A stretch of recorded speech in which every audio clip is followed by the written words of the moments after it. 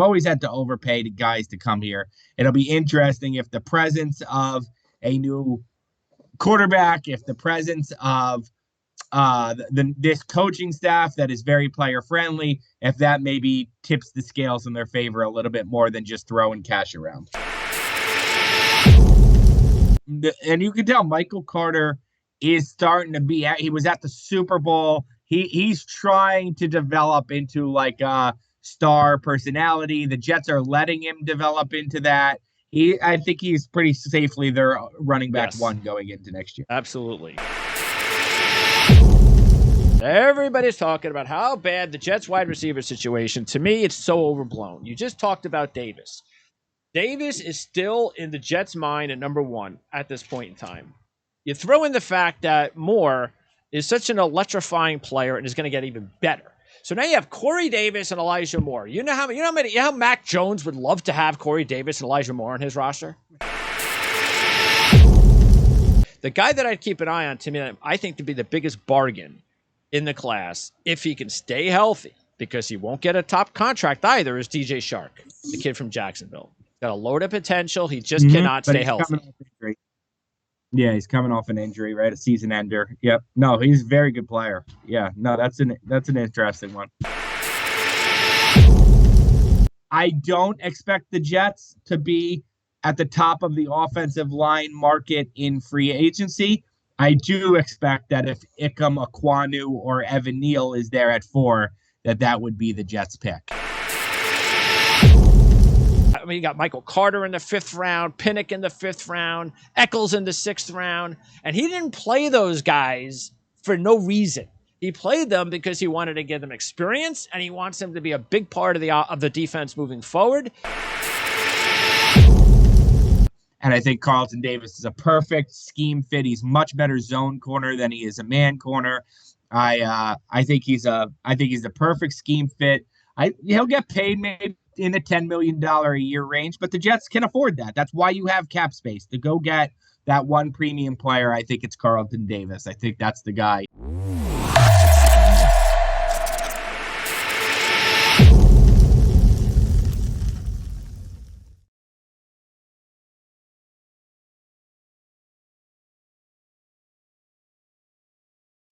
This is Jets FM on the Our Football Network. Apologize for being on hiatus covering Jets football for the past month or so. But between some illness and getting the network changed over, we have a lot of new things happening, a whole new format. So there's a lot going on behind the scenes. But this is going to be the beginning of many Jet shows all the way through till things kind of get a little bit slower after the mini camps prior to training camp. So looking forward to getting this started, and that's why I could think of no better analyst that covers the Jets along with the New York Post and the NFL, as well as the New York Giants, Ryan Dunleavy, to join me to preview free agency and then a little bit, obviously, with the NFL draft coming up next month. How's it going, Ryan? What's up? I'm psyched. I mean, this is it for Jet fans, unfortunately. This is for New York fans, Jets and Giants. Yeah. Free agency week is like the offseason is more exciting than the season. Yes. That's just the way it is. This time from free agency, really 2 weeks ago, from the start of the NFL Combine, where information is just swirling around, through the start of free agency today, through the end of the NFL draft. So the last week of February to the first week of May, I think is the best time to be a Jets or Giants fan because it's optimism. And that's why this better be it. I don't want this to be especially this season, because the Jets have so much collateral that it has to. If it doesn't work this offseason with over $40 million in cap to spend, which they're not going to spend it on any high-priced players, it's going to be about. We're probably not even going to hear about anything for a few days. That's Joe Douglas. That's what he does. He waits for the market to correct, and then you're talking about 4 picks in the top 40. You're talking about a 3rd-round pick, 2 4th-round picks because of the Sam Darnold, Chris Herndon trades, and 2 5th-round picks because of the Avery Williamson trade added in there from late November 2020. So they have a ton of ammunition. I think they're going to probably use some of the later ammunition to move up. I believe, maybe 2nd round, could even be, that kind of area, maybe even 3rd round, because I think last year they added so many young players. You just can't keep stocking your roster year after year with young kids. Eventually, you have to start moving up and getting more quality, or of course, hopefully using some of your free agent money to add some key veterans that are also going to be a big part of the turnaround. Yeah, the question is the Jets have always kind of had to overpay free agents to come to the Jets. Joe Douglas doesn't seem to be the type to overpay, but he gets a lot of credit for not overpaying. And I was just looking back at last year. Corey Davis is an overpay. I mean, that's what it is. I mean, I get it. We all say he doesn't overpay, and the guy 20 miles down the road, Dave Gettleman, if Corey Davis is an overpay, then Kenny Galladay is a Steve Cohen super tax. Like that's a ridiculous overpay. The Giants doubled Corey Davis for Kenny Galladay. So that's in a league of its own, but Corey Davis is an overpay too. Look, every GM, when free agency gets here and they get in a bidding war and the competitive juices flow, if they can get their guy for an extra million or so, they want to get him. Yeah. But the Jets have always had to overpay, going back to Le'Veon Bell and those guys with McCagnon, with with Idzik. They've always had to overpay the guys to come here. It'll be interesting if the presence of a new quarterback, if the presence of this coaching staff that is very player friendly, if that maybe tips the scales in their favor a little bit more than just throwing cash around.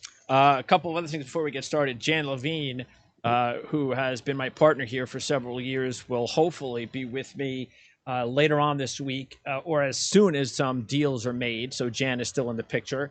And I want to throw up here now on the screen the Ourlads New York Jets depth chart. So obviously the best depth chart in the business.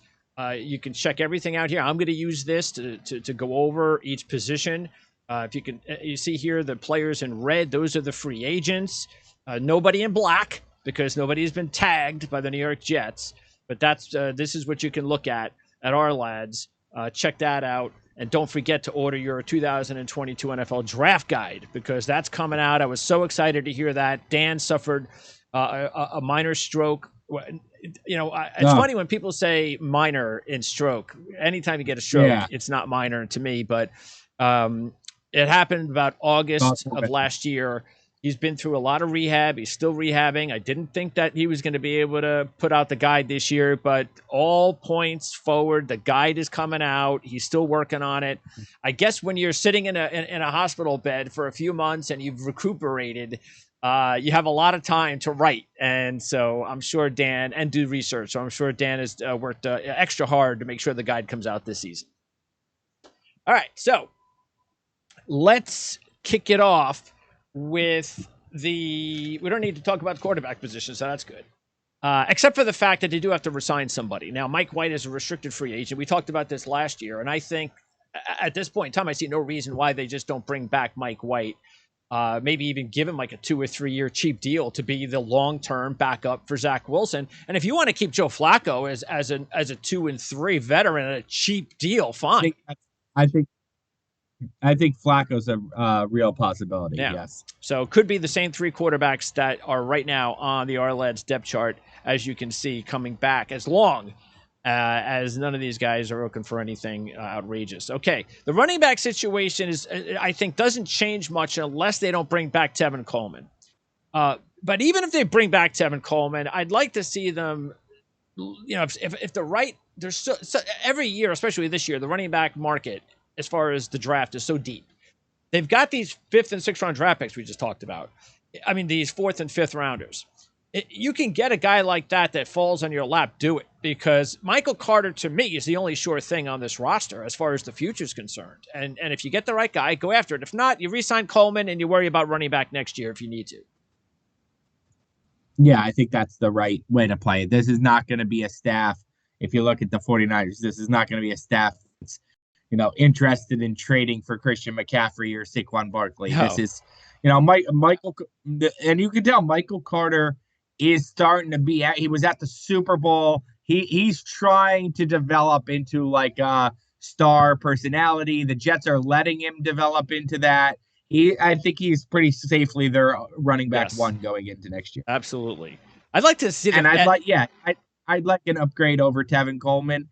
If I'm being honest, I'd like to see them upgrade over Tevin Coleman, but I think you're that's somewhere far down the priority list. And they may even add. I mean, I don't know how they feel about Bowden, the fullback, but don't forget Jusic was used in the San Francisco scheme a lot.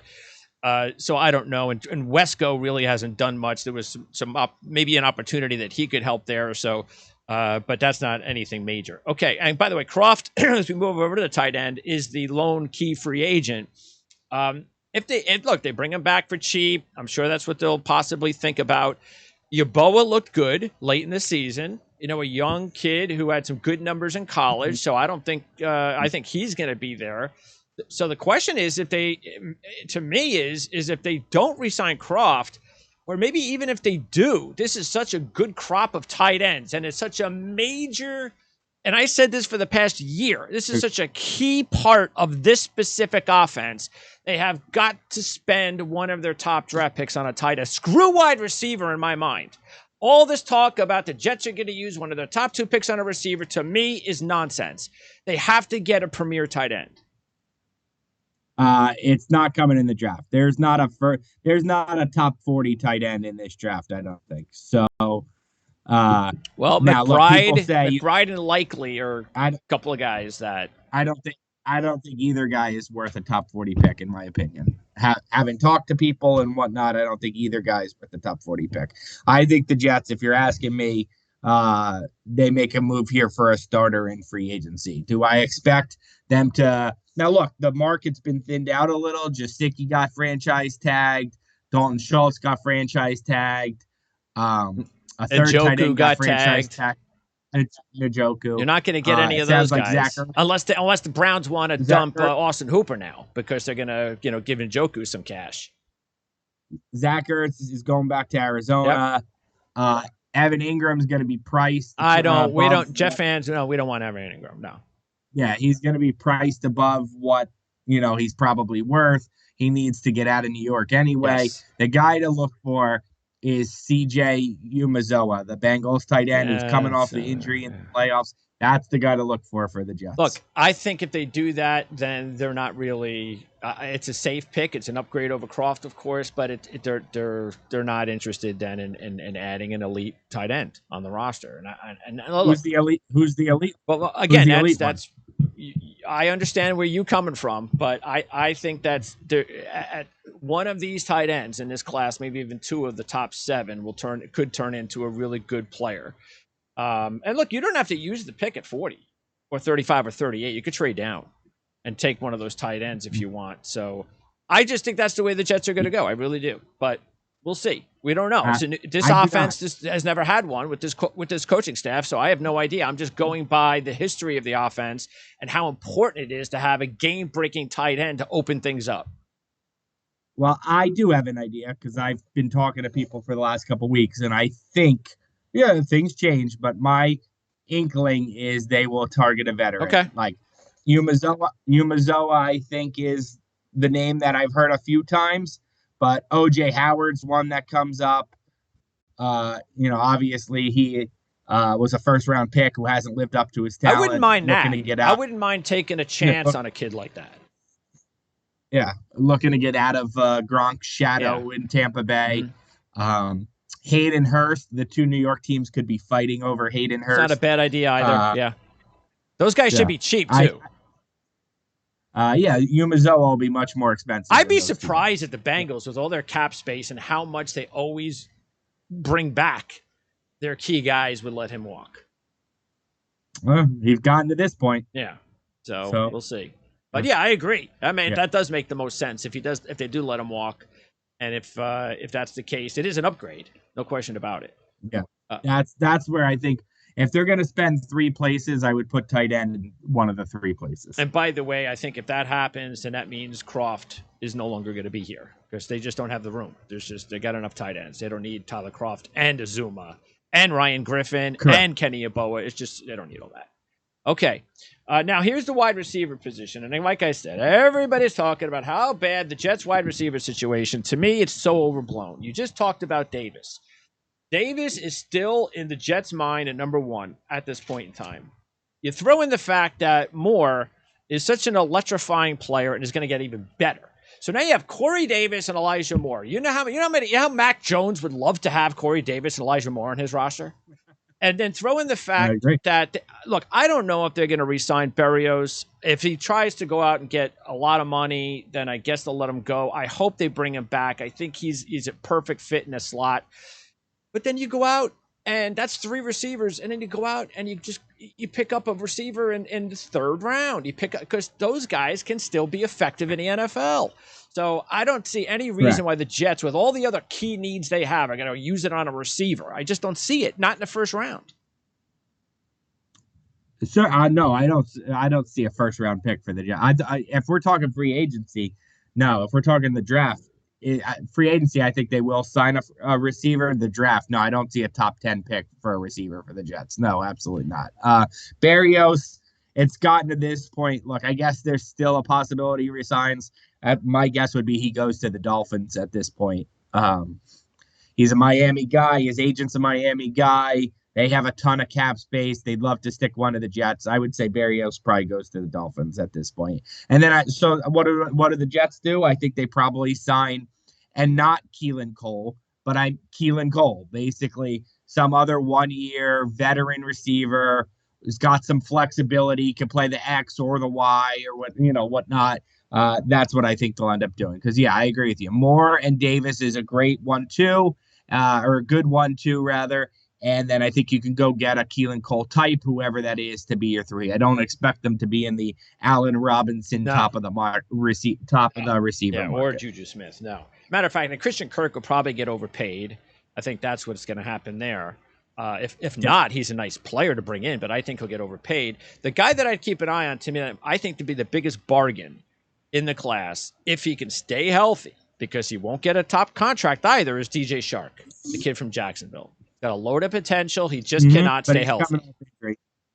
Yeah, he's coming off an injury, right? A season ender. Yep. No, he's a very good player. Yeah. No, that's an interesting one. Yeah. Okay, now. Go ahead. We gotta mention that the Jets were interested in. I mean, I don't know if they were gonna land him or not, but they were interested in Calvin Ridley. That was not smoke. That was fire. They were interested in Calvin Ridley before everything happened. So, sort of like a deal, like a Mari Cooper deal. They'd give like some later draft picks, or you think they would have to give him a high one?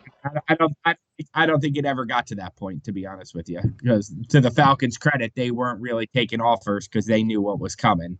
So I don't think it ever got to the point of, we'll give you this for him, or I don't think it got to the offer stage, but that is somebody they were interested in adding. And so you say, well, they were going to get Ridley. Why won't they get Robinson? Well, it's two totally different. They're both number one quality receivers, two totally different scenarios, contracts, trades, whatnot, different players, different ages, but they were interested in Ridley. So they are definitely looking to upgrade receiver. And and again, a lot of it is going to depend on, definitely, if they don't resign Berrios, then it becomes even a bigger need, no question about it, because then you have 2 receivers basically on your roster. So, but having 3, that makes a little bit of a difference. By the way, the other news that I'm hearing, and again, this, I don't how it plays out, I hope not, but with Jarvis Landry, I don't think this coaching staff and this organization wants anything to do with a guy like Jarvis Landry. I just don't. I mean, the guy is not to me, from what I've heard, he's not a great locker room guy. And, he had a bad season last season, and he's going to cost a little money. So I don't see that. I'd be surprised. I have not heard anything to indicate that. Obviously Warad is welcome with the Dolphins, but that was Adam Gase's Dolphins. And we know that, Adam Gase has worn out. A lot of players have worn out their welcome with Adam Gase. So, I don't know much about his locker room, but I certainly haven't heard his name connected to the Jets in the last 5 days or whatever it's been. Okay, offensive line. Now, no question, they're gonna add a piece here. What's gonna happen in free agency though before the draft is going to tell us a lot, because Morgan Moses is a free agent.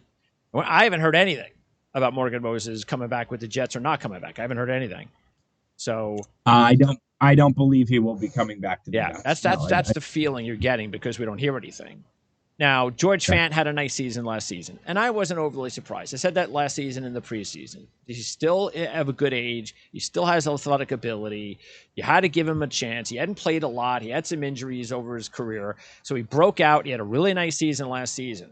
So now, if the Jets might say to themselves, yeah, but we still want him as our swing guy. He's a more valuable swing guy. And if that's the case and Moses leaves, then I could easily see the Jets looking early, especially with one of their top 2 picks, on the right tackle spot. I get that. But I also would not be surprised, depending on the other needs, if they just decided, look, Fant's going to be our right tackle, Becton to be our left tackle. We'll handle that right tackle spot, or that tackle spot, maybe in free agency. So the free agency is going to tell us an awful lot before the draft. Yeah, I mean, I think we'd be remiss to ignore what Robert Saleh came out and said flat out, which is right now George Fant and Mekhi Becton are in a left tackle competition. Yeah. So we can't just pencil in Becton at the left tackle. That's true. Fant. Yeah. And if it's Fant, then I can't just assume Mekhi Becton's going to learn right tackle. So maybe Mekhi Becton is the swing tackle, which is a disaster, by the way. Unless he gets traded. So no, I don't expect the Jets to be at the top of the offensive line market in free agency. I do expect that if Ikam Ekwonu or Evan Neal is there at 4, that would be the Jets pick. And what that means for Becton, light a fire under your butt. What that means for Fant, maybe you're the swing tackle. Maybe Ekwonu is a guard for a year before Fant leaves. Look, they'll pick up some veterans, like they picked up a Dan Feeney last year. They'll pick up some veteran offensive line. Well, they'll probably re-sign Feeney and Tardif. Yeah. So if the Jets are going to make a splashy move in the offensive line, I look for it at pick 4, not in free agency. Yeah. Well, and again, we definitely will know that coming into the draft. And I can see the kid from NC State being the most likely guy, but you never know, because his stock has just risen so much that sometimes he could be the number 1 pick. He could be. You don't know. To me, I think it's going to be Neal. I think, by the way, I'm going to be doing the interview with the Jags a little bit later on. So that'll be posted up on the website later today, hopefully. So I'll find out more about where the Jags stand. But yeah, I got to believe Jacksonville's targeting one of those 2 tackles. And then the question is because Detroit doesn't need an offensive lineman. That's for sure. So who's at 3? Houston. And they can definitely use an offensive lineman. So we'll see. They need everything. Houston needs everything. Yeah. By the way, in the interior, with the Jets 4 picks in the top 40, I would not rule out, depending on what they decide to do and how things fall. Look, this kid from Iowa, Linderbaum, is, to me, the best center prospect to come along in years. And if he ends up getting to like the 20s, could happen, then I think the Jets might be in play. So we'll see. Absolutely. The trade up, absolutely. Let's also, while we're talking offensive line, I was doing a top 30 for the post this week. I did a top 30 free agents. And as I was going through it, like 15 through 45, as I was trying to whittle down my 30, it was guard. So you mentioned how free agency will tell us what the Jets are thinking. If they sign a Langston Tomlinson, if they sign an Austin Corbett, if they sign a James Daniels, then I think that makes them less likely to draft an offensive lineman at 4. And I think that's a realistic. We talk about Joe Douglas, 10 minutes ago, we say he doesn't overpay. That's a guy. So then probably rule out Brandon Scherf, who I predicted to the Jets in my top 30. Get people excited. I name that people had told me doesn't really fit Joe Douglas, but hey, you never know. Maybe he gets excited by Brandon Scherf.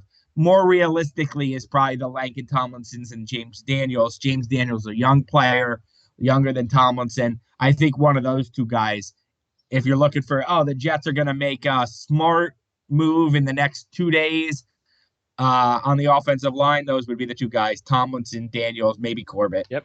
So Agreed. Okay. Now let's turn around to the defensive side. And Carl Lawson coming back is going to be so huge to this defense and how effective he could be. Is it going to be one of those deals where he's not going to be really the guy until 2024? Does he need a whole year? But as long as he comes back and plays, that is going to be a big boost. As far as because what's going to do is it's going to allow John Franklin Myers to go back inside.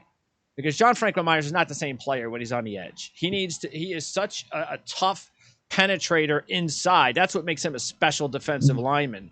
So I think that's just a big deal. So either way, I think that at some point the Jets are definitely going to consider in the draft with one of their top picks. Could be Hutchinson, could be Thibodeau, but I don't think there's any question they need another edge rusher. And if they can get one, that'll be really huge to go along with Carl Lawson.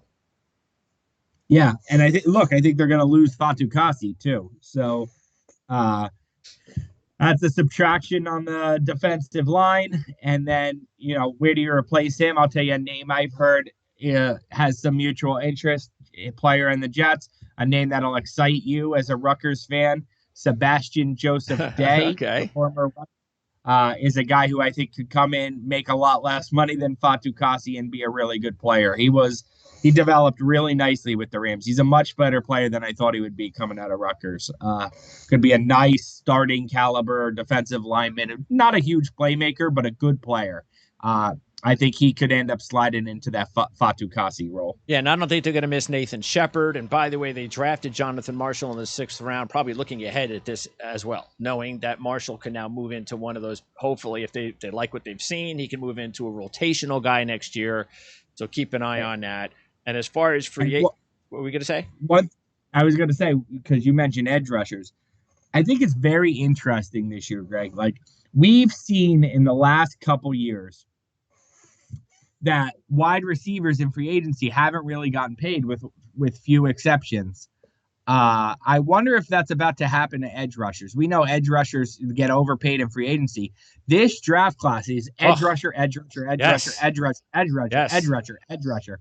So my question is, like, usually you would have to overpay for an edge rusher in free agency. I wonder if the market's going to be driven down a little bit by teams saying, I'll just get my guy in the draft.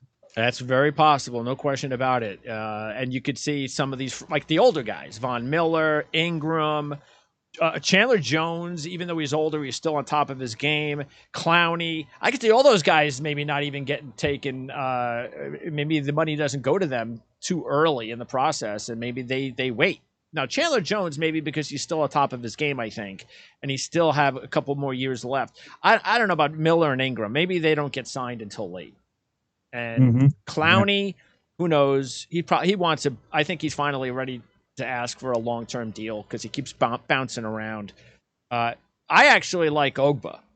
I've liked Ogba for the last couple of years, and I think if the Jets can find a way to get Ogba, that would be nice. But again, if they do that, then it precludes them from using up because there's no reason to go out and get a third edge rusher with your top. You could do it, but I doubt that would be the case. So we'll see.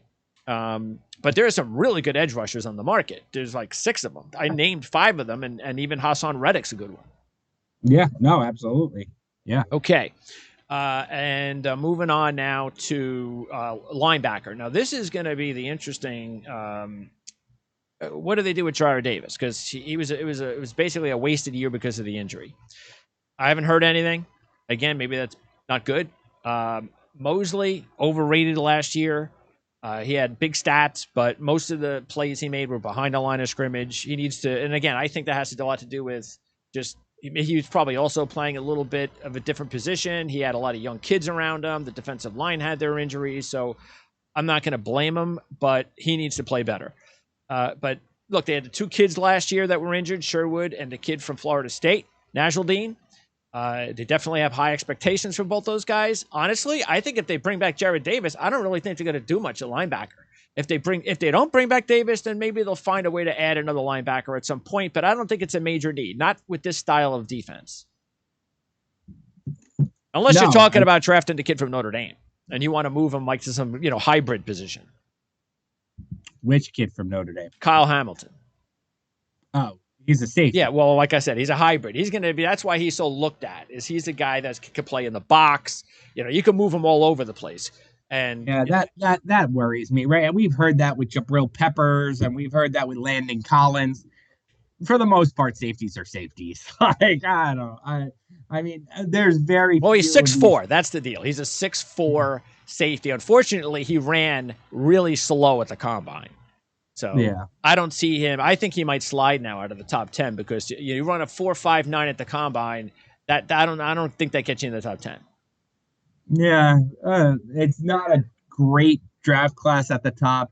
Look, I won't be surprised if he slips out of the top 5. Out of the top 10, I'd be surprised. But no, I don't think linebacker is a huge need for the Jets. No, not at all. Yeah, I think Costello talked about the relationship between Ulbrich and the kid from Atlanta, the free agent from the Ivy League, who had a lot of tackles. Again, a lot of tackles, but not a lot of. He's not a player that's going to make plays behind the line of scrimmage. That's all he is. He's a guy, and I think that if he fits your scheme and he's smart, which he is, and he's not expensive, then sure, bring him in, replace Davis, and that's okay. Then you don't have to do anything.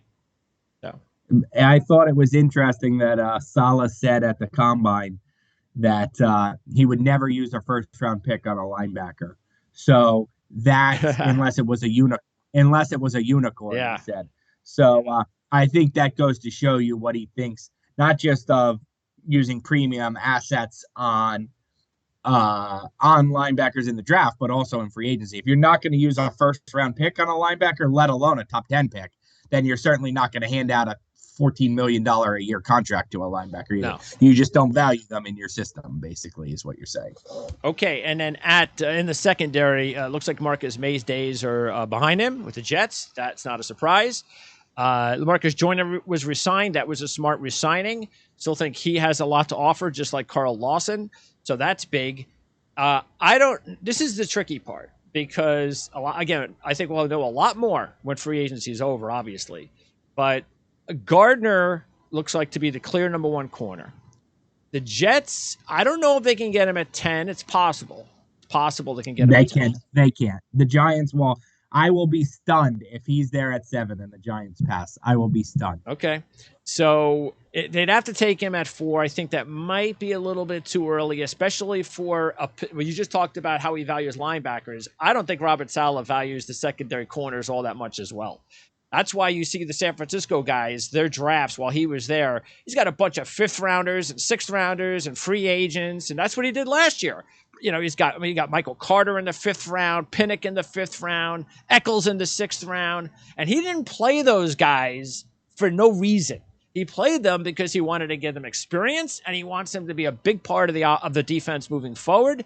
So I just think that they'll add a cornerback, and who knows, maybe it's a veteran. It's definitely not going to be Marcus Williams that they add a safety because he's going to get a lot of money. But I don't even know if there's a corner out there. I mean, they talked about Carlton Davis, but he may, maybe he's the home run free agent that they add. Maybe.